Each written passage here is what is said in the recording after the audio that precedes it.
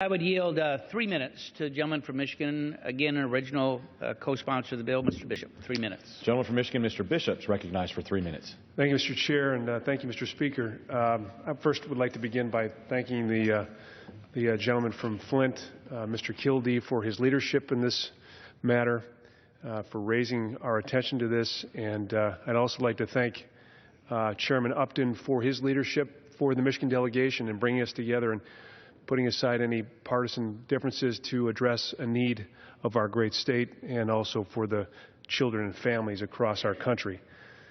I've spent my entire life in the state of Michigan. I was born here, raised there,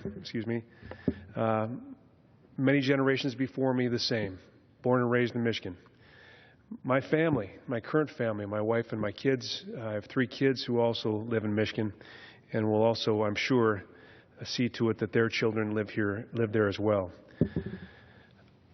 When I learned what happened in Flint, I was absolutely heartbroken. And frankly, it frightens me to think that a failure of this magnitude could happen in the 21st century and in our state. Can you imagine not being able to drink the water from your own tap? What if you weren't able to bathe or take a shower because of fear of what might be in the water?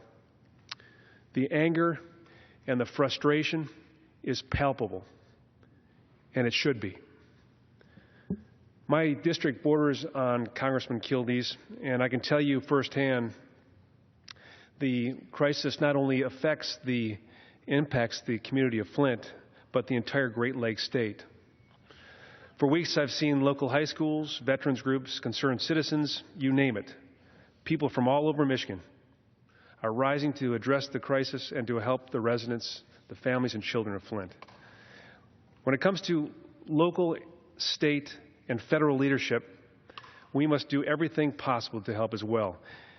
Every single one of us here today has a duty to ensure that families and children are safe and have access to the essentials, the most basic of which is clean drinking water from household faucets.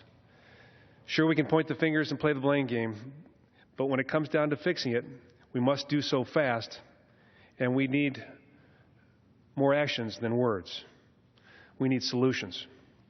What Sharon Upton and Congressman Kildee have proposed is a first step solution to ensure this will not happen again. First and foremost, this legislation makes the EPA will make sure the EPA will step up and notify the public when they know concentrations of lead in drinking water are above federal requirements. It also streamlines communications between the utilities, the states, the EPA, and the affected customers.